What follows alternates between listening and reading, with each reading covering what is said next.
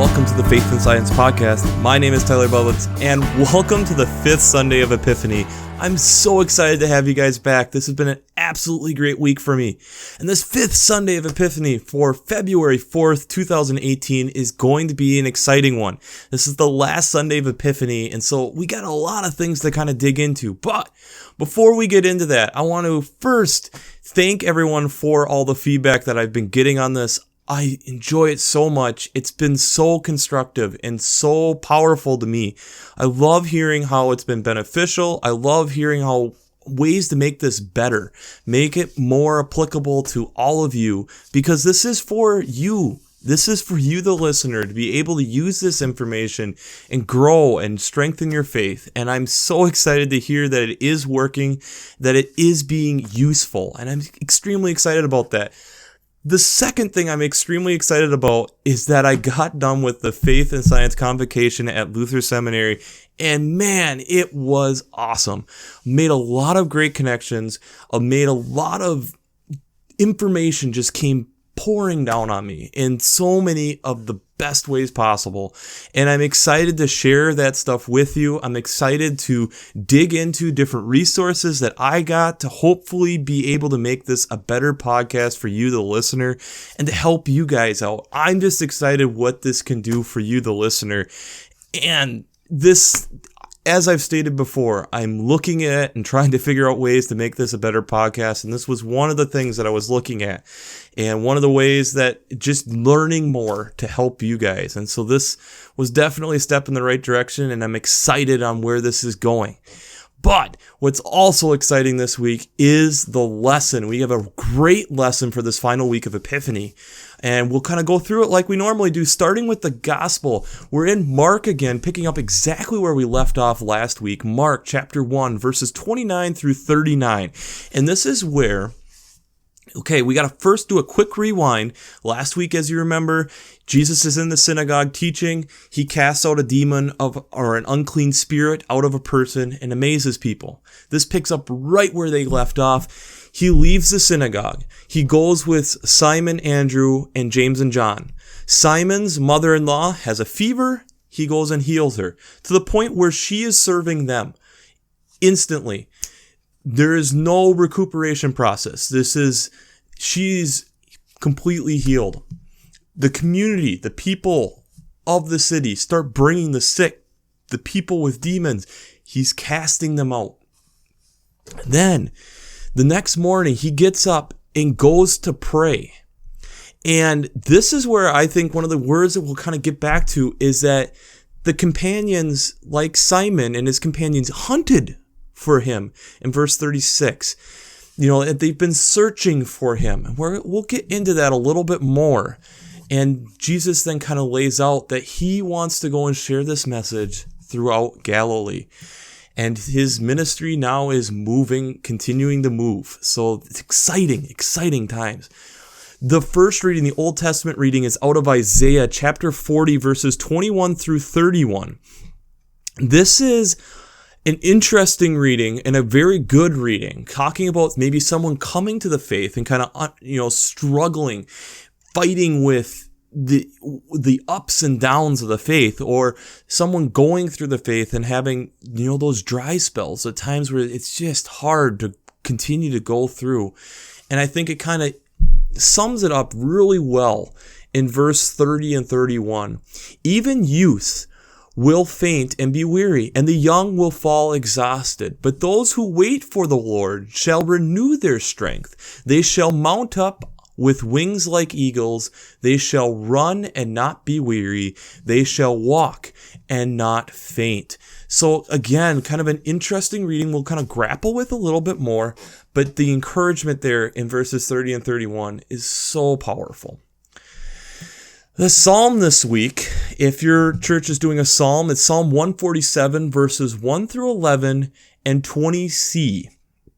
And one side note that I will say is if you have been following this podcast along, and especially that this is the last week in Epiphany, go back and look to the different psalms that we have had through this season of Epiphany. It's absolutely wonderful. so many great praise, worship, awe of God psalms in these last few weeks, worth checking out again. And again, we have this beautiful little thing, getting into the essence of God, that he's a creator, a fixer, and that he's active. He's active in what we're doing. And it's a great psalm, absolutely great psalm. And this then concludes our 4 weeks in 1 Corinthians. This week it's in 1 Corinthians chapter 9, verses 16 through 23.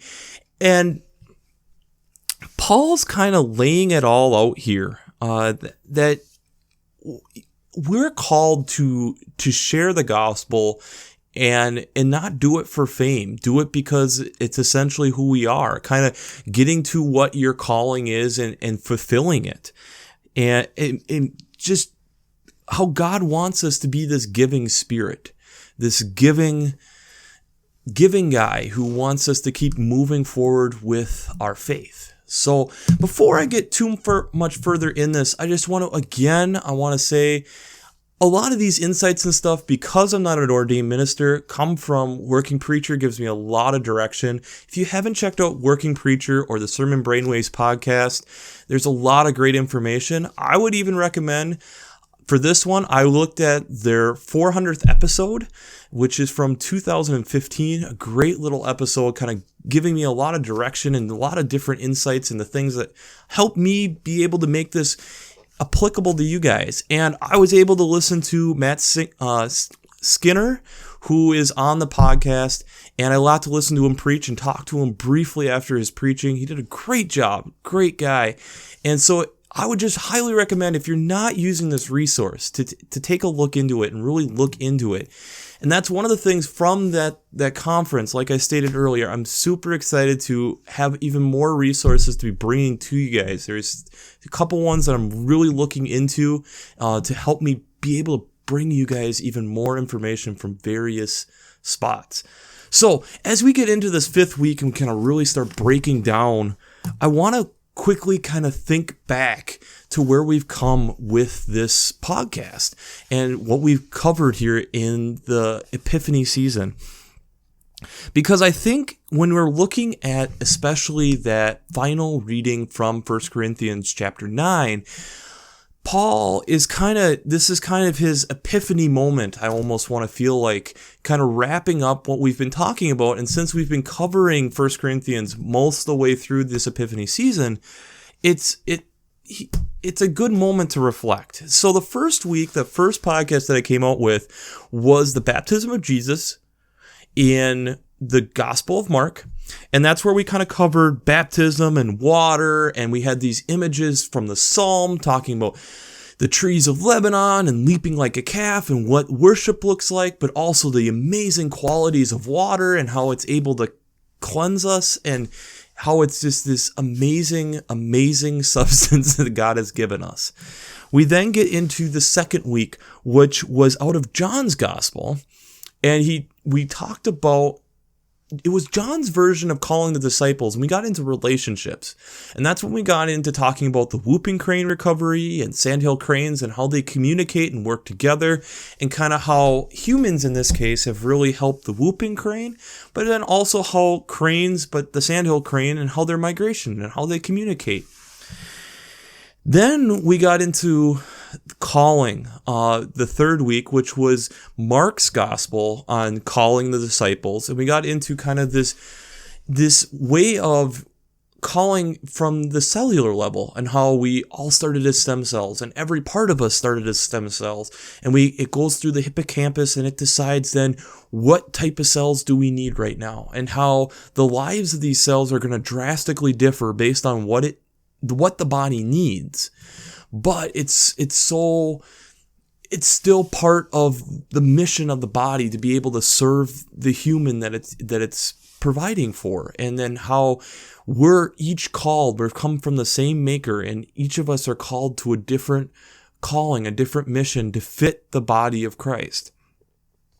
Last week we had this difficult reading, but kind of cutting through the noise. That was this message of how we need the faith to still be first, and that science can't supersede the faith, and that there's problems if that does, and how the challenge in today's world is figuring out who are the prophets, who are the people that are speaking to us now to help us cut through the noise. Who are our like Martin Luther King Jr.'s? Who are our Jesuses? Who are our Pauls out in the world today that are making these statements? And so this week, I really want to focus on community, because we get that in the Gospel of Mark here, but I feel like it's kind of an overarching theme throughout this, and I think it wraps up this season of Epiphany really, really well. So I kind of want to start with the Old Testament reading and kind of the reason why we need this community. And as I talked about with verses 30 and 31 that I read to you guys, we have all experienced those times where it's really, really hard. And a lot of times, and I can't speak for you, but I know for me, there's times where like, yeah, I'll talk to people. I really feel that urge, but there's definitely times too where I'll just meditate on it. I'll talk with God on it. I'll work on it. And sometimes that works, but sometimes it's really isolating and it makes you feel really alone. It makes you feel like, am I the only one going through this? And that's where I'm going to quickly then jump to this Gospel of Mark, when they have the community are bringing the sick and the ones with demons, and you could figure the ones who were in awe of Jesus, the people who were, trying to figure out what this all meant, what was all going on. Going back to some of these readings in Corinthians and figuring out what does it mean to be a Christian? What does it mean? And it's so, we need this. We need this community. We need these people around us to help us, to guide us through these times. And Jesus must have been some type of really appealing guy, like one of those people that you just wanted to hang out with. Because I talked about, when I was going through the gospel, the word hunted. And if you think about the word hunted is a word that we deliberately use when you're actively seeking something. Before I went up to the conference, the end of last week, I actually went up about 3 hours north of me to get there by sunrise to go and look and try to get pictures of great gray owls, and I was successful. But as I was driving literally in the middle of the night, one of the things that occurred to me as I was going through this is I am crazy. I am a bit crazy because I had heard that they were up there. I felt decent about that they were there based on knowing, this is a typical pattern for great gray owls to fly into northern Minnesota during these winter seasons to hunt and look for food. I had known people who had gone up there, but there was still the risk. There was still the aspect of, were they going to be there? What was was it going to be successful? Was I going to be able to get the pictures and images that I was hoping I'd get that were in the back of my head? And I was able to. But there is a bit of crazy there as I'm hunting for these owls.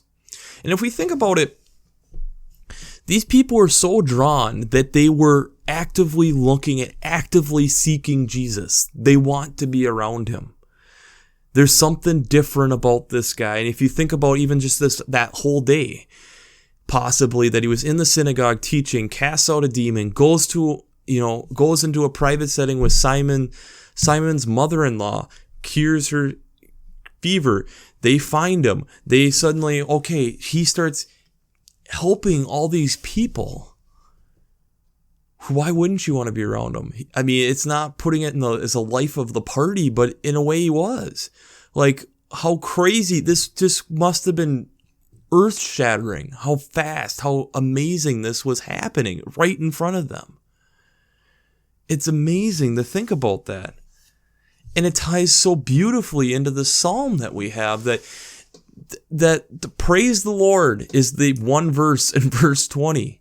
And we get this beautiful psalm talking about how God is active. He's a fixer. He's a maker. He's made all these things. He's doing all these things. Look at God.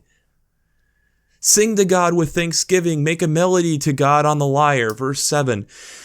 He actively just sing praise to this guy. And it gets into, this call then in 1 Corinthians from Paul, kind of that should just be who we are, because God calls us into this. But I think as we see from the first reading and from the gospel reading, that the community is needed. People want to be around each other. We created them that way. And I see this, and one example of this is bees. Honeybees in particular. And if you know a beekeeper, this has been something that's been coming out, is kind of always been understanding, how do bees know where flowers are? It's a reasonable thing, and if you've been out in nature enough, you realize that not all flowers flower at the same time. And so in a hive dynamic, you have drone bees, which are the male bees, really don't do that much, to be perfectly honest. You have the queen bee, who kind of has all the young and kind of runs the hive, makes sure things stays in order. And you have all the worker bees. And all the worker bees have to go out and find nectar, find pollen to be able to create this honey, create royal jelly for their young, create the food for the winter. And so it's a big job. And when these bees go out and they come back that they found something, they have a distinctive dance, and I'll have a video attached below in the email explaining kind of how it all works. But it's essentially they gather them as many as they can around them to parlay their message. And then they, based off of like how long they walk and which direction they walk, and then they have this waggle, they call it, where they they shake their butt, and it tells them how long it is in this direction till the flowers, so that they can have more bees go out and confirm that and share that with more people, more worker bees, so that more bees can go there, and so that they can harvest the pollen that they need to create the honey for their hive for the winter. And it's really kind of cool. And if you've had honey from like local honey farmers, one of the things to ask them if it's spring harvest or fall harvest. And believe it or not, I have a distant cousin who is a beekeeper, and there is distinct taste differences based on the flowers that they're getting their pollen from. And so it's really kind of neat. If you get the opportunity, I highly recommend looking into that. And that's partially why this bee crisis that we're going through, colony collapse disorder, is such a big issue. Apples, so many different foods that we eat depend on bees and them pollinating these plants to help them grow. But it's this dependence. The colony the hive wouldn't be able to survive without the work of everybody. And one of the things I picked up from the conference from Dr. Rich Melheim, and I'm getting his book in the mail, and I'll try attaching links to his book below. But he brought up that as they've been studying the brain and different things, this has even gone into, bees. And as bees get older and they get retired from being a worker bee, they have two options. They can either go and help the young, help the larvae, and as they figure out who's like the next queen, and help the young learn how to be worker bees, the rest of them, or they can sit there and do nothing. And the bees that live longer are the ones who go and help the young. And if I'm remembering his statistic correctly, it was 30%, which is significant for a bee as their wings are growing more brittle. And if you think about it, that's a long time. It's 30% longer. And if we think about like what Paul talks about later in Acts about the church, how it's supposed to be this like intergenerational church and how we're working together and how it's such a community base that we need to be working all together for this goal. Understanding, that we have different roles, different abilities, different callings, but it's all toward the big calling of what God is calling us to do. So as we kind of wrap up this last Sunday of Epiphany, think about the hive that you call home. It can be your home, your family, your classmates, your roommates, your church community, your work community. What is that looking like? What are the skills and abilities? What are the different things? And how is that benefiting God? How are you sharing that message that Paul is talking about in 1 Corinthians, that, to the Jews I became a Jew in order to win Jews? Are you adapting?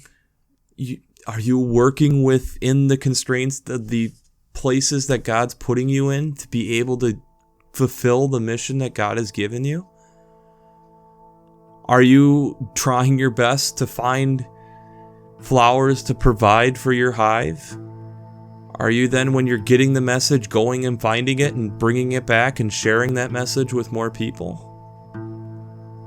I know for myself that this is something that I have to work on. There's always room for growth, and we always know that there are dry patches, that things get hard, and that's why we have communities like this and communities like your church to help you through those dry spells that Isaiah kind of talks about. But remembering that God's going to work with you, God's going to fill you up, God's going to renew you, and then God's going to send you out and continue to tell the message. So I thank you guys again for tuning in and listening. I'm excited to hear your feedback, but I'll leave you with one last thing. I pray that God blesses you through your faith and amazes you through science.